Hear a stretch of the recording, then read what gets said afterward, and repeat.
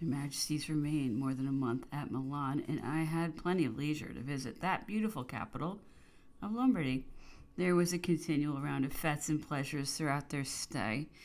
It seemed as if the emperor alone had any time to devote to work. As usual, he shut himself up with his ministers, while all the members of his suite and his household, when their duties no longer detained them near, His Majesty hastened to take part in the games and diversions of the Milanese. I shall not enter into any details concerning the coronation. It was very nearly a repetition of what had been done at Paris some months before. All ceremonies of this kind resemble each other, and there is nobody who is not acquainted with even their slightest details. Among all these festive days, there was one of real happiness for me, on which Prince Eugene, whose kindness to me I have never forgotten, was proclaimed Viceroy of Italy. Certainly no one was more worthy than he of so lofty a rank. If to obtain it nothing were required but nobility, generosity, courage, and skill in the art of governing. Never did a prince desire more sincerely the prosperity of the people confided to his administration. Thousands of times I have seen how happy he was, and what a sweet gaiety animated all his features whenever he had diffused happiness around him. The emperor and empress went one day to breakfast in a little island of the Olona in the environs of Milan.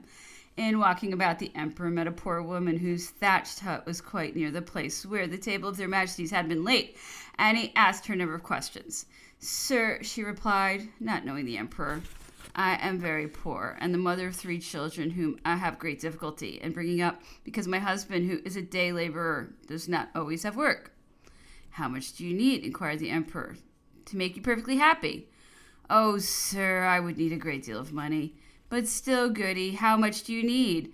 "Ah, sir, unless we have 20 louis, we shall never get ahead. But what likelihood is there that we shall ever have 20 louis?" The emperor presented her on the spot with a sum of 3,000 francs in gold, and he ordered me to undo the rolls and throw the whole into the good woman's apron. At the sight of such a great quantity of gold, the latter turned pale, tottered, and I saw that she was ready to faint. "Ah, it is too much, sir, it is really too much."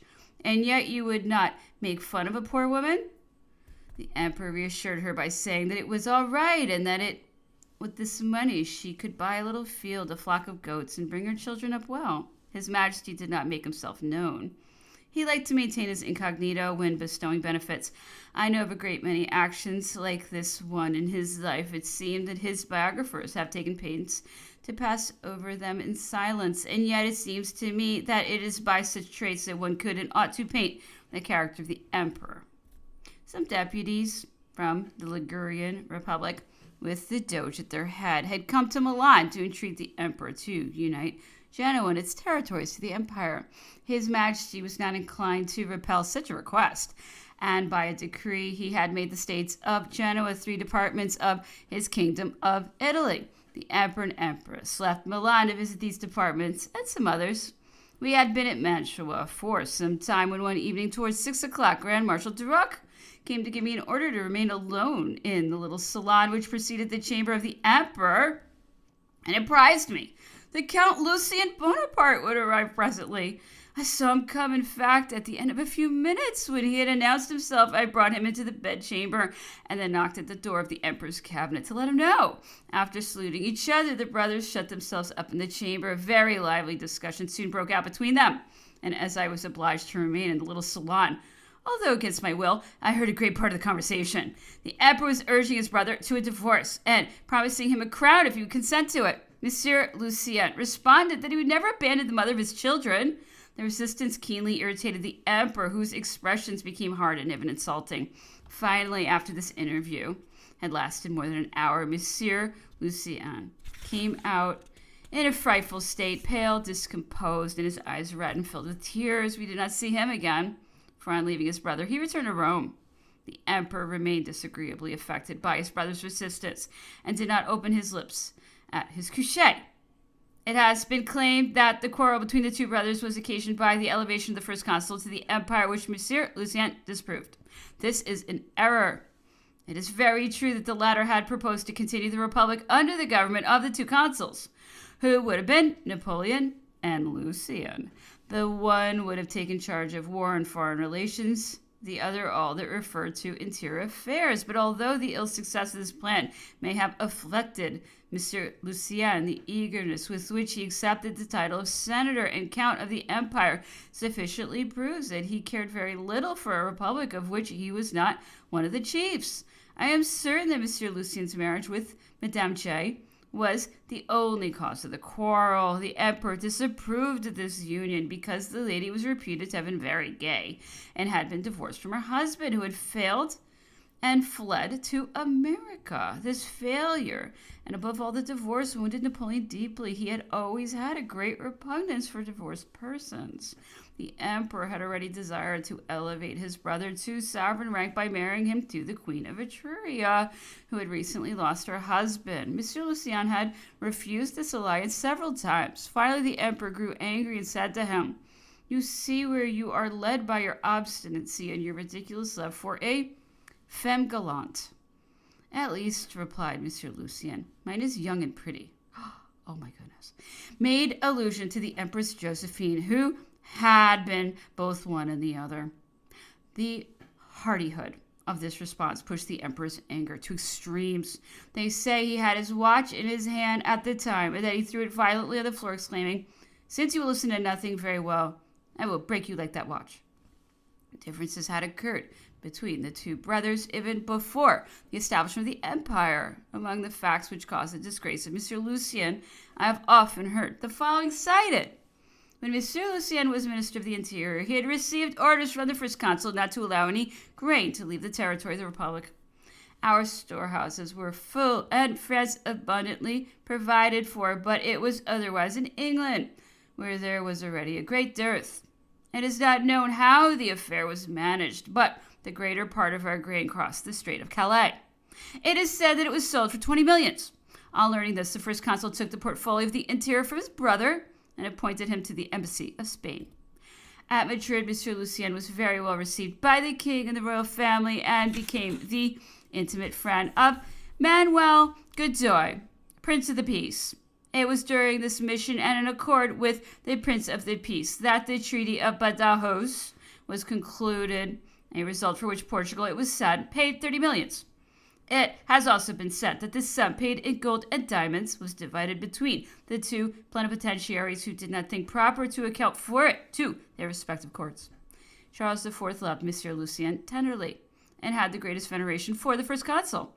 After having carefully examined several Spanish horses, which he intended for the First Consul, he said to his first equerry, "You are happy. I envy your good luck. You are going to see the great man and talk to him.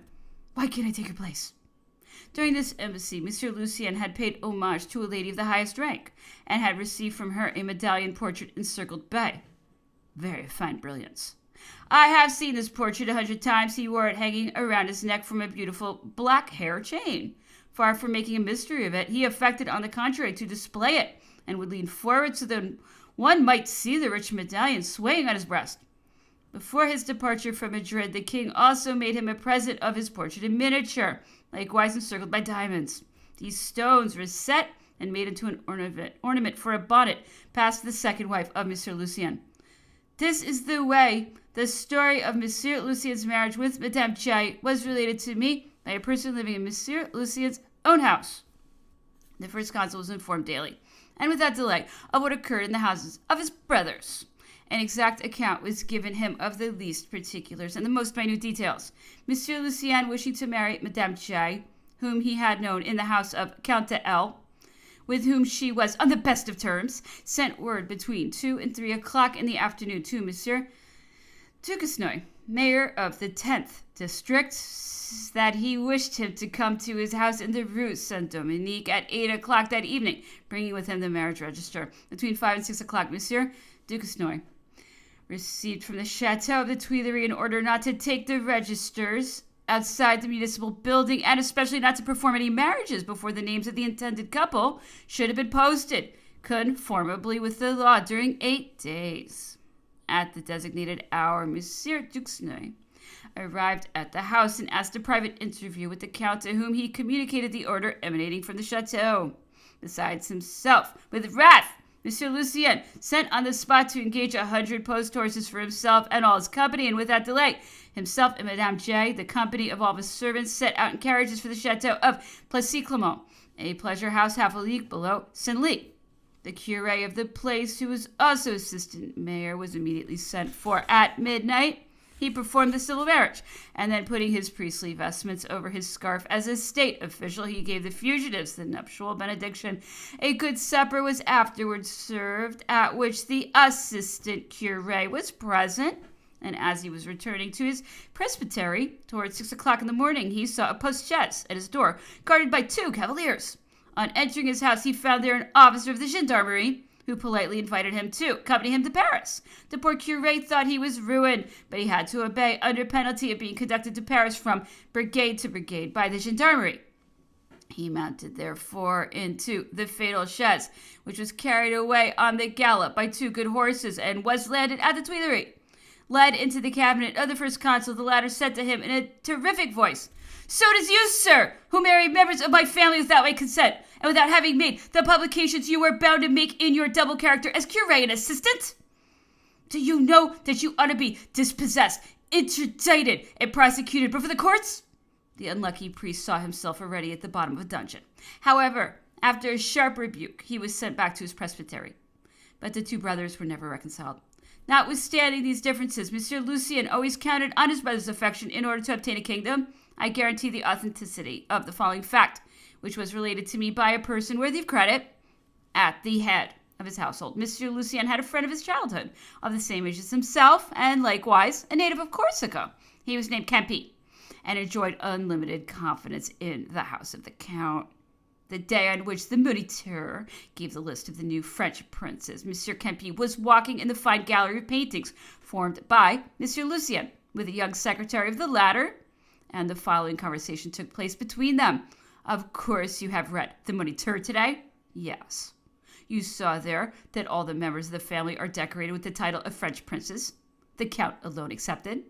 "What does it matter? There are kingdoms." "The sovereigns take such good care to preserve them that I hardly see any vacancies." "Oh, well, we can make some. All the sovereign families of Europe are used up, and we shall have some new ones." Thereupon, Monsieur Campi held his peace and commanded the young man to do likewise, if he wished to remain in the good graces of the Count. Hence, it was not until long afterwards that the young secretary spoke of this interview. This confidence, without being remarkably piquant, nevertheless gives an idea of the degree of faith and need to be given to the pretended moderation of Count Lucien, and to the epigrams with which he is credited against the ambition of his brother and his family. There was no one in the chateau who did not know of the enmity that existed between the Empress Josephine and Monsieur Lucien Bonaparte, and in order to pay court to the former, the old habitués of Malmaison, now become the courtiers of the Tuileries, used to tell her all the most piquant news they could obtain concerning the Emperor's younger brother. It was in this way that I one day chanced to hear a grave personage, a senator of the Empire, giving the Empress in the gayest manner in the world some very circumstantial details concerning one of Monsieur Lucien's passing love affairs. I do not guarantee the authenticity of the anecdote, and in writing it down I experienced more embarrassment than the senator in relating it. I even carefully refrained from entering into a multitude of details which he gave without blushing, and without scaring his auditor. For my aim is to make known what I myself know of the interior of the imperial family and the habits of those who were nearest the emperor, and not to excite scandal, although I could justify myself for doing so by the example of a dignitary of the empire. Monsieur Lucien, then, I do not know in what year, sought the good graces of Mademoiselle Messeret, a pretty and witty actress of the Théâtre Français. The conquest was not difficult, in the first place because it never had been so for anyone, and in the second because the actress knew that the Count was rich and believed that he was prodigal. Her lover's first attentions must have confirmed her in this opinion. She asked for a house. One was given her, richly and elegantly furnished, and the contract was sent to her the day on which she took possession. Each visit of the Count enriched with some new ornament the wardrobe or the jewel case of the actress. This lasted for some months, at the end of which Monsieur Lucien tired of his bargain and began to consider how he should get rid of it without too great loss. Among other presents, he had given Mademoiselle Messeret a pair of diamond sprays of very great value in one of their last interviews, but before the Count had shown any signs of relaxed ardor, he saw these sprays on her toilette table and taking them in his hands. "Really, my dear," said he, "you are wronging me. Why do you not show me more confidence? I have a grudge against you for wearing old-fashioned jewels like these."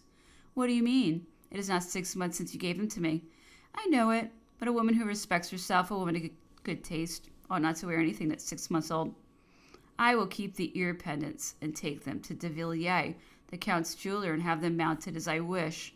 The Count, very affectionately thanked for such a delicate attention, put the sprays in his pocket, along with one or two other ornaments, which also came from him, and which he did not think sufficiently stylish, and the quarrel broke out before he had brought anything back. Mademoiselle M. thought herself well off in her furniture and even in her house, when one morning the real proprietor came to ask if it were her intention to renew her lease. She recurred to her deed as owner, which she had not yet thought of unfolding, and found that it was only the engrossed copy of an inventory of fixtures, at the bottom of which was a receipt for a rental of 2 years. During our stay at Genoa, the heat was insupportable. The emperor suffered much from it, and pretended that he had never experienced anything like it in Egypt. He changed his clothes several times a day. His bed was surrounded with mosquito netting, for the gnats were numerous and tormenting. The windows of his bedroom opened on a large terrace on the border of the sea, whence could be seen the Gulf and all the surrounding country. The fetes given by the city were superb. A great number of boats laden with orange and lemon trees and shrubs covered with flowers and fruits were linked together. When united, these boats resembled a floating garden of the greatest beauty. Their Majesties repaired thither on a magnificent yacht. On his way back to France, the emperor rested nowhere. From Turin to Fontainebleau, he traveled incognito under the title of Minister of the Interior. He went with such swiftness that at each station they were obliged to throw water on the wheels, and in spite of this, His Majesty complained of the slowness of the postilions and was shouting every minute, "Go on, we are not moving!" Several of the servants' carriages fell behind. Mine experienced no delay, and I arrived at each station at the same time as the emperor. To climb the steep hill of Tarare, the emperor alighted from the carriage, as did Marshal Berthier, who accompanied him. The equipages were rather a long way behind, because they had stopped to give the horses a rest. As he was climbing the hill, the emperor saw an old woman a few paces in front of him. She was lame and could only climb with great difficulty. The emperor approached her and asked why, being so infirm as she seemed to be, and looking so fatigued, she was walking in such a tiresome road. "Sir," she replied, "I have been assured that the emperor must pass by this road, and I want to see him before I die." His Majesty, who wished to amuse himself, said to her, "Ah, good heavens! Why should you disturb yourself for that? He is a tyrant like another." The old woman, indignant at the remark, replied with a sort of anger, "At least, sir, he is one of our own choosing. And since we must have a master, it is very just anyway that we should select him." I was not a witness of this fact, but I heard the emperor himself recount it to Dr. Corvisart, with some reflections on the good sense of the people, who, according to the opinion of His Majesty and his chief physician, are generally very correct in their judgment. Chapter 8. His Majesty the Emperor passed the month of January 1806 at Munich and Stuttgart. The marriage of the Viceroy with the Princess of Bavaria was celebrated in the first of these two capitals. On this occasion there was a succession of magnificent fetes, of which the Emperor was invariably the hero. His hosts seemed unequal to the task of fully expressing to the great man the admiration excited in them by his military genius. The Viceroy and the Vicereine had never seen each other before their marriage, but they soon loved each other as if they had been acquainted for years, for never were two persons better adapted to each other. No princess, and indeed no mother, has devoted herself to her children with more affectionate attention. She was created to serve as a model to all women. An anecdote of this worthy princess has been told me, which I cannot refrain from citing here. One of her daughters, still very young, having answered a chambermaid in a harsh tone, Her Serene Highness, the Vicereine, was informed of it, and to give her daughter a lesson, she forbade any service to be rendered from that moment to the young princess, or any answers made to her questions. The child soon came to her mother to complain, and was told that when anyone stood in need, as she did, of the service and attentions of everybody, she must know how to deserve them. by respect and obliging politeness. Then she made her promise to beg the chambermaid's pardon, and to speak to her thenceforward with gentleness, assuring her that in this way she would obtain all she could reasonably desire. The child obeyed, and profited so well by the lesson that she has become, if common rumor may be believed, one of the most accomplished princesses of Europe. The renown of her perfections spread even to the New World, which hastened to dispute her possession with the Old, and was fortunate enough to be successful. She is now, I think, Her Majesty the Empress of Brazil. His Majesty the King of Bavaria, Maximilian Joseph, was tall and had a noble and handsome face. He might be about 50 years old. His manners were full of charm, and before the Revolution he had left behind him at Strasbourg a reputation for good breeding and chivalrous gallantry from the time when he was colonel in the service of France in the regiment of Alsace, under the name of Prince Maximilian, or Prince Max, as his soldiers called him. His subjects, his family, his attendants, everybody in fact adored him. In Munich he often went out alone in the mornings, going to the markets where he bought grain, entering the shops, and talking to everybody, especially to the children whom he urged to go to school. This excellent prince was not afraid of compromising his dignity by the simplicity of his manners, and he was right, for I do not believe that anyone was ever tempted to show him disrespect. The love he inspired in no wise detracted from veneration. Such was his devotion to the emperor, that his benevolence extended even to those whose functions brought them nearest to his imperial majesty, and who were thus best enabled to know his needs and wishes. Thus, and I relate the fact merely as a proof of what I have been saying, and not through vanity, His Majesty the King of Bavaria never came to see the emperor without shaking me by the hand, inquiring after his imperial majesty's health, then after mine, and adding 1,000 things which proved at once his attachment for the emperor and his native kindliness. His Majesty the King of Bavaria is now in the tomb, like him who gave him a throne. But his is still a royal tomb, and the good Bavarians may go there to weep and pray. The emperor, on the contrary, ... The virtuous Maximilian has been able to bequeath to his son, worthy of him, the scepter he has received from the exile who died at St. Helena. Prince Louis, now King of Bavaria, and perhaps the most worthy king of Europe, was not so tall as his august father. His face was less handsome also, and he was unfortunately afflicted at that time with an extreme deafness, which made him speak in a coarse, loud tone without perceiving it. His pronunciation was, moreover, affected by a slight stutter. He was much beloved by the Bavarians. This prince was serious and fond of study, and the emperor recognized his merit but did not count upon his friendship. Not, however, because he doubted his loyalty. The Prince Royal was above such suspicion, but the emperor knew that he belonged to the party which dreaded the subjection of Germany, and who suspected the French, although they had as yet attacked Austria only, of schemes of conquest over all the Germanic powers. At all events, what I have just said of the Prince Royal must be understood as relating solely to the years posterior to 1806, for I am certain that at that epoch his sentiments did not differ from those of good Maximilian, who was, as I have said, penetrated with gratitude towards the emperor. Prince Louis went to Paris at the beginning of this year, and I have often seen him at the court theater in the box of the Prince Arch-Chancellor. They were sleeping in company and very profoundly, which was, for that matter, a habit with Monsieur Cambaceres, whenever the emperor had him summoned and was told that Monseigneur was at the play. Very good, His Majesty would say. He is taking his after-dinner nap. Don't let him be disturbed. The King of Württemberg was tall and so fat that someone said of him that God had put him into the world just to show to what point the human skin could stretch. His paunch was of such dimensions that his place at table was marked by a deep hollow, and in spite of this precaution, he was obliged to hold his plate as high as his chin in order to eat his soup.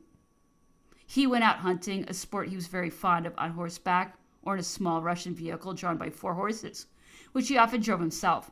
He liked to ride, but it was not easy to find a horse large and strong enough to carry a load so heavy. The poor beast had to undergo a gradual training for this purpose. The king's equerry girded himself with a belt loaded with pieces of lead, which he daily increased in weight till they made him as heavy as his majesty. The king was despotic, harsh, and even cruel. He had to sign the sentences of all condemned persons, and nearly always, if what I heard at Stuttgart was to be believed, he increased the penalty allotted by the judges. Hard to please and brutal, he often struck his domestics. People went so far as to say that he did not spare Her Majesty the Queen, his wife, sister of the reigning King of England. Otherwise, he was a prince whom the emperor esteemed for his intelligence and his lofty attainments. He liked him and was liked in return, and he found him faithful to the end of his alliance. The King Frederick of Württemberg had a brilliant and numerous court and displayed great magnificence. The hereditary prince was much loved. He was less haughty and more humane than his father. People called him just and liberal. Besides the heads, which he had crowned himself, the emperor received in Bavaria a great number of princes and princesses of the Confederation, who usually dined with his majesty. Among this crowd of royal courtiers was to be remarked the Prince Primate, who differed in no respect in point of manners, breeding, and dress from our best Parisians. Hence the emperor had a very special esteem for him.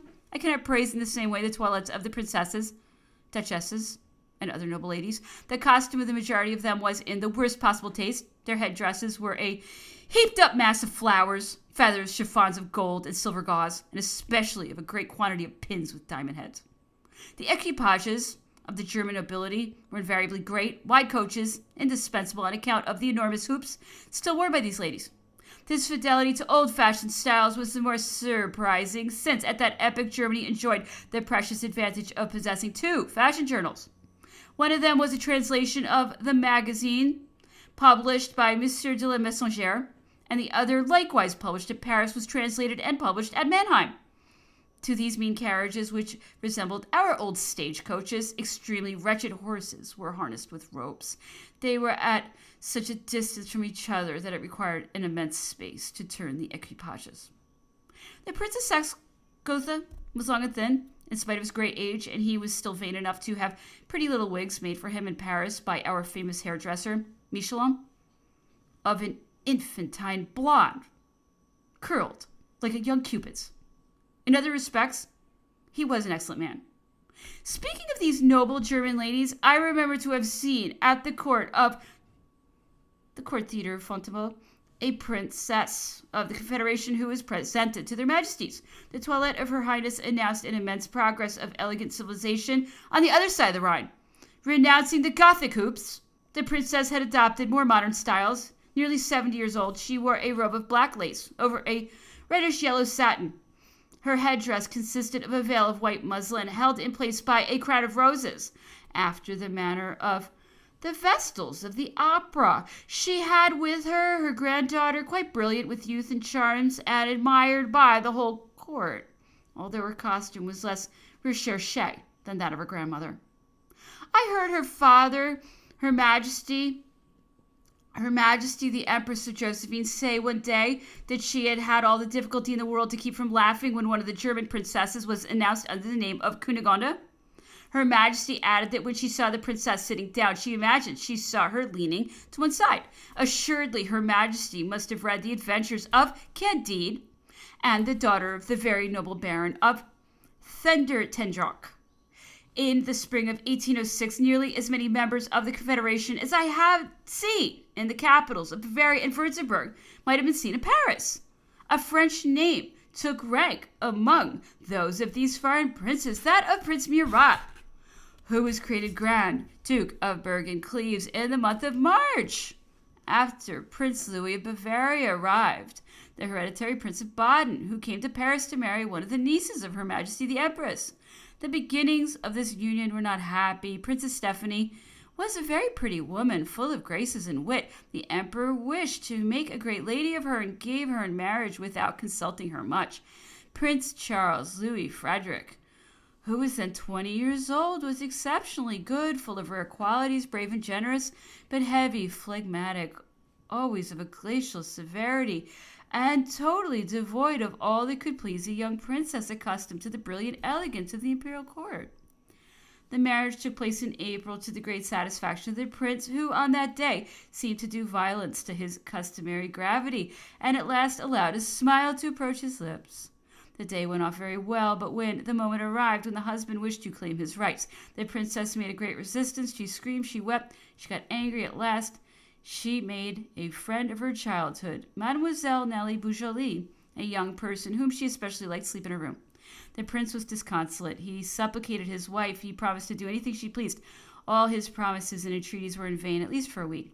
Someone came to tell him that the princess thought the way he dressed his hair was frightful, and that nothing inspired her with such aversion as a pigtail. The good prince made it his most pressing business to have his hair cut. When she saw him thus shorn, she burst into fits of laughter and exclaimed that he was much uglier a la Titus than the other way. At last, as it was impossible that with good sense and a good heart the princess should not end by appreciating the good and sensible qualities of her husband, she put an end to her severities. Then she loved him as tenderly as she was beloved, and I have been assured that the august couple led a very happy domestic life.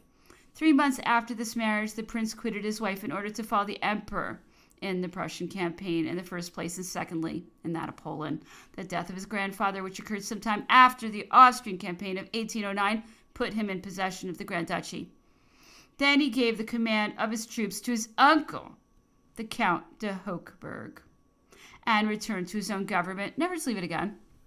I saw him again with the princess at Erfurt, where I have been told that he became jealous of the Emperor Alexander, who was thought to be paying very assiduous court to his wife. The prince became alarmed and suddenly left Erfurt, taking the princess with him. It is right to say that not the slightest imprudent proceeding on her part had authorized this jealousy, which for that matter was very pardonable in the husband of so charming a woman. The health of the prince was delicate. From his earliest youth, alarming symptoms had been observed in him. And this physical disposition, no doubt, had much to do with that melancholy, which was the basis of his character.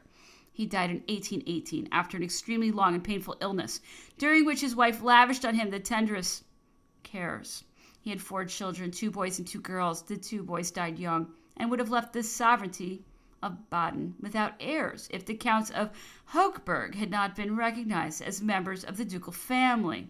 At present, the Grand Duchess is entirely devoted to the education of her daughters, who promise to equal her in graces and virtues. The nuptials of the Prince and Princess of Baden were celebrated by brilliant fetes. There was a grand hunt at Rambouillet, after which their majesties, with several members of their family and all the princes and princesses of Baden, Cleves, etc., walked through the market of Rambouillet. I remember another hunt which took place about the same epoch in the forest of Saint-Germain, and to which the emperor had invited an ambassador of the Sublime Porte, newly arrived in Paris. His Turkish excellency followed the chase with ardor, but without moving a single muscle of his austere visage. The animal having been run down, his majesty had a gun brought to the Turkish ambassador so that he might have the honor of firing the first shot, but he refused it, being doubtless unable to conceive what pleasure could be found in killing a poor tired out beast, no longer able to run, and lying defenseless at the muzzle of one's gun. Chapter 9. The emperor remained but a few days in Paris after our return from Italy, and soon set out again for his camp at Bologna. The Milan festivities had not prevented him from pursuing the plans of his policy, and people suspected that he had good reasons for working his horses to death between Turin and Paris. 3 reasons were soon known.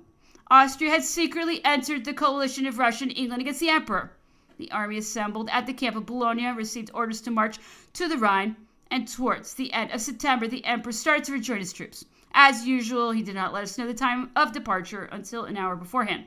The contrast between the noise and confusion which preceded that instant and the silence that followed it was a curious thing to see. Hardly had the order been given when everyone hastily occupied himself with his master's requirements and his own. Nothing was heard but domestics running back and forth through the corridors, the noise of cases being closed and chests transported. In the courts were a large number of carriages, of baggage wagons, and men busily packing them by torchlight, and shouts of impatience and imprecations on all sides. The women, each in her own apartment, were sadly occupied at the departure of a husband, a brother, or a son. During these preparations, the emperor was bidding the empress goodbye, or taking some moments of repose. At the appointed hour he rose, was dressed, and entered his carriage. An hour later all was mute in the chateau. Nothing was to be seen but a few isolated persons passing like shadows. Silence had succeeded to the noise, solitude to the movement of a numerous and brilliant court. Next morning you beheld women with white faces and tearful eyes approaching each other to communicate their sorrows and their anxiety. Many courtiers who formed no part of the expedition and who came to pay their court were completely stupefied by His Majesty's absence. To them, it was as though the sun were not to rise that day. The emperor went to Strasbourg without stopping. The day after his arrival in that city, the army began to defile on the Bridge of Kiel. On the eve of this passage, the emperor had ordered the general officers to be on the bank of the Rhine at precisely 6 o'clock the following morning, an hour before the rendezvous. His Majesty, in spite of the heavy rain, went alone to the head of the bridge to make sure that the orders he had given were executed. He waited in the rain until the first divisions began to deploy on the bridge, and he was so drenched by it that the drops from his clothes came together under his horse and formed a small cascade. His little hat was so badly soaked that the back of it fell down his shoulders, much in the fashion of the big felt hats of the Parisian charcoal men. The generals, whom he awaited, came around him. When they were assembled, he said, "Everything is going well, gentlemen. This is a new step taken against our enemies. But where's Van Damme? Why is he not here? Can he be dead?" No one said a word. "Answer me, gentlemen. What has become of Van Damme?" General Chardon of the vanguard, who was much liked by the emperor, replied, "I think, sire, that General Van Damme is still asleep. We drank a dozen bottles of Rhine wine together last evening, and doubtless, Sir, he did well to drink, but he is wrong to sleep when I am waiting for him." General Chardon was about to send an aide-de-camp to his companion in arms, but the emperor detained him, saying, "Let Van Damme sleep. I will talk to him later." At this moment, General Van Damme made his appearance. "Ah, there you are, sir. It seems you forget the order I gave yesterday." "Sire, it is the first time such a thing has happened, and And to avoid a second, you will go and fight under the standard of the King of Württemberg. I hope you will give the Germans some lessons in sobriety." General Van Damme withdrew, not without chagrin, and repaired to the army of Württemberg, where he performed prodigies of valor. He returned to the emperor after the campaign, his breast covered with decorations, and bearing a letter from the King of Württemberg to His Majesty, who, after reading it, said to Van Damme, "General, do not forget that if I love heroes, I do not love those who sleep while I am waiting for them." He shook hands with the general and invited him to breakfast with him in company with General Chardon, whom this return to favor rejoiced as much as it did his friend. After entering Augsburg, the emperor, who had started in advance, got so far ahead that his household could not catch up with him. He passed the night without attendants or baggage in the least wretched house of a very wretched village. When we reached His Majesty the next day, he laughed and threatened to have us hunted up as laggards by the gendarmerie.